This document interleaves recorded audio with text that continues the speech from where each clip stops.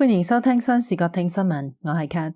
以下內容取材自時政評論員黃友群於大紀元新聞網首發文章。10月17號，中共20屆四中全會前夕，中共國防部發言人張曉剛宣布，中共政治局委員、中央軍委副主席何衛東等9人涉嫌嚴重職務犯罪，數額特別巨大，被開除黨籍、軍籍，涉嫌犯罪問題移送軍事檢察機關起訴。其中，除原火箭軍司令員王厚斌以外，何衛東、苗華、何宏軍、王秀斌、林向陽、秦樹同、袁華智、黃春玲8名中央委員開除黨籍處分，待召開四中全會全體會議時予以追認。呢9個人嘅軍銜都係上將，佢哋嘅上將軍銜應該都被取消啦。可能考慮到直接話9名上將同時倒台，對億萬中國民眾同200多萬中國軍人嚟講，實在太過刺激。中共當局喺發佈呢一個消息前，經過仔細斟酌，有意迴避咗呢一點。咁樣最唔願意睇到呢9名上將同時被宣布倒台嘅人係邊個呢？就係習近平。點解呢？因為佢哋都係地地道道嘅軍中習家軍嘅頂梁柱。何衛東係習親自破格超速提拔重用嘅習軍中第一親信。喺2022年中共20大之前，何衛東既唔係20大代表，亦都唔係19屆中央委員、候補中央委員、中央軍委委員，只係東部戰區司令員。但係習就認定何衛東係堪當大任嘅全軍最優秀高級將領，非提拔重用不可，要何衛東喺20大上一口氣連升3級，中央委員、中央政治局委員、中央軍委副主席，成為全軍第3號人物。何衛東得到習火箭式提拔，卻又火箭式墜落。中共20大結束僅2年零5個月，何衛東就淪為階下囚，成為中共建政76年來任職時間最短嘅中共政治局委員、中央軍委副主席。何衛東倒台最難堪嘅人唔係何衛東，而係習近平。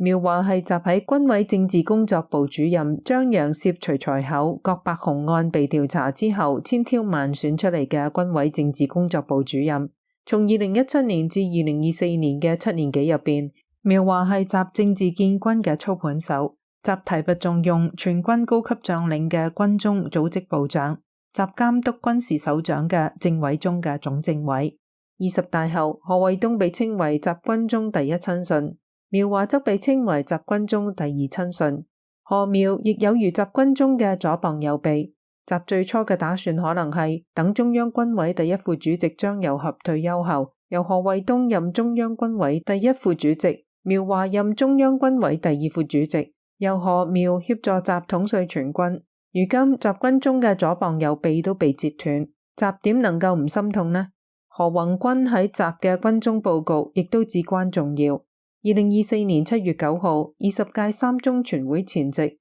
習單獨為何宏軍一個人舉行咗授予上將軍銜儀式，並明確何宏軍任軍委政治工作部常務副主任。何宏軍仲係習親自把關選定嘅20屆中央委員。當時習嘅算盤可能係，一旦苗華升任中共政治局委員、中央軍委第二副主席，則由何宏軍接任苗華任軍委政治工作部主任。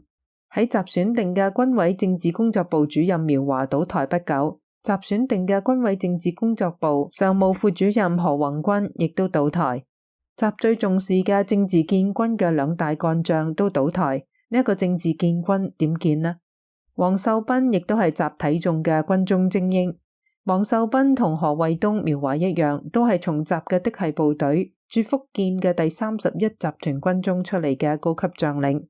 何衛東做過第31集團軍副軍長，苗華做過第31集團軍政治部主任，王秀斌做過第31集團副軍長。2017年10月，王秀斌喺擔任第80集團軍軍長時，被習提拔重用為第19屆中央候補委員。唔夠2年，2019年4月，王秀斌升任東部戰區副司令員兼參謀長。3年後，2021年6月，升任南部戰區司令員，又3年之後2024年7月調任中央軍委聯合作戰指揮中心常務副主任。王秀斌突然倒台，說明習睇錯人。林向陽更係習格外睇重嘅軍中少壯派之一。林向陽先後任南京軍區第31集團軍副軍長、蘭州軍區第47集團軍軍長、東部戰區第72集團軍軍長，係全軍迄今為止唯一一位擔任過3個唔同集團軍軍長職務嘅將領，曾2次參加習剿嘅大閱兵。林向陽從中將升到上將僅14個月，打破咗全軍晉升上將最快嘅紀錄。擔任東部戰區陸軍司令員，僅1年零2個月就升任中部戰區司令員，係當時最年輕嘅戰區司令員。僅半年後接替何衛東擔任東部戰區司令員。而東部戰區係習武統台灣最重要嘅依靠力量。習原本指望林向陽喺武統台灣嘅過程中發揮重大作用，但係習武統台灣嘅仗仲未開打，林向陽就先倒下。對習而言，只係別有一番滋味在心頭。秦樹同跟苗華一樣，都係做過第31集團軍政治部主任。秦樹同2018年4月升任陸軍政治工作部主任，2022年1月升任陸軍政委，晉升上將軍銜，都係軍委政治工作部主任苗華負責考察㗎。當時習視苗華為親信中嘅親信，對於苗華推薦嘅秦樹同，習自然亦都睇好，指望秦樹同能夠成為習安插喺陸軍司令員身邊嘅得力監軍。點知苗華一倒，秦樹同亦都跟住倒。袁華智係苗華任海軍政委時嘅老部下，習提拔重用袁華智，就係苗華向習推薦嘅。苗華倒，袁華智亦倒。